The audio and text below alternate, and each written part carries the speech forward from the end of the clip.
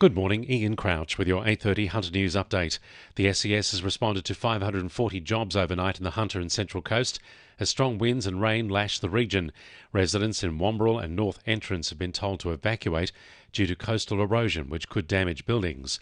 Meanwhile, Ausgrid says power has been restored to around 10,000 customers across the Hunter overnight, but around 6,000 homes and businesses are still without electricity.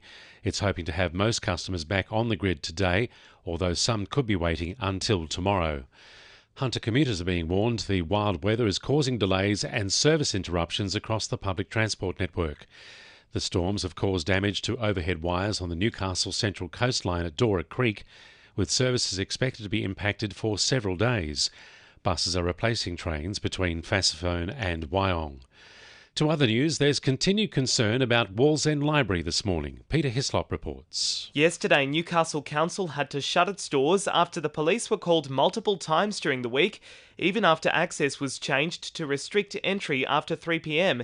Kids threatening staff, carrying knives and smashing glass on the front steps and in the overnight return chute.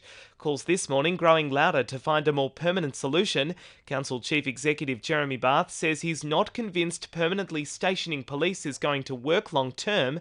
A security guard has been employed for the past 12 months, but there's doubt about whether existing measures are enough. Police are asking for our help to find a Newcastle man who's been missing for almost 4 weeks. 41-year-old David Fortune was last seen in Jesmond on June 6, but hasn't been seen or heard from since. He's known to frequent the Hamilton South, Elmore Vale, Cooks Hill and Newcastle areas. Anyone with information is urged to contact Newcastle Police or Crime Stoppers. We've posted David's photo on the 2NURFM Hunter News Facebook page. Newcastle Lord Mayor Ross Kerridge says a small number of people are putting parking ranges at risk, and aggressive behaviour could increase following the implementation of a fine mandate. All councils will now be forced by the state government to hand out tickets on the spot, but Newcastle Council says the old method puts workers at risk of harm.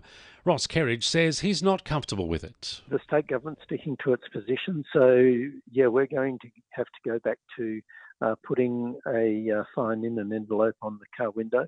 We'll see how that goes, because in the past that has caused trouble for council staff. We think there are other ways that could be done, but that will have to be an ongoing conversation. The heritage-listed Victoria Theatre has been awarded $1 million to help with its restoration. It's one of 140 projects across the state to receive funding under the Heritage Grants program. Other sites across the region include the Newcastle Post Office, Maitland Town Hall and the Barooby Point Aboriginal Place. The Victoria Theatre funding comes on top of the $4 million Creative Capital Grant awarded in 2022. Century Venues, which owns the Perkins Street site, has been restoring the 19th century building since 2016 and hopes to have the theatre open to live audiences again by late next year or early 2027.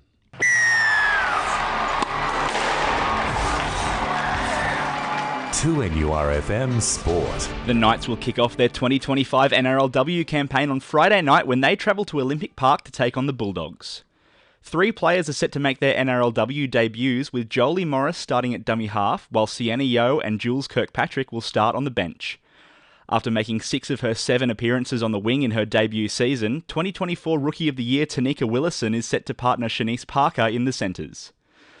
After beating the Lambton Jaffers 4-1 last weekend, Western host the same opponents tonight in an NPL make-up game.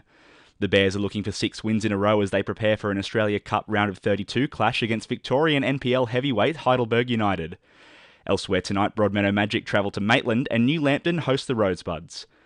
And Majak Bok notched 12 points and 10 rebounds off the bench for the Maitland Mustangs in their 87-83 win over the Inner West Bulls in the NBL 1 East. That's sport. I'm Will McGrath. And the winning numbers in Oz Lotto are 2, 16, 26, 28, 32, 38 and 43, and the supplementaries are 23, 33 and 40.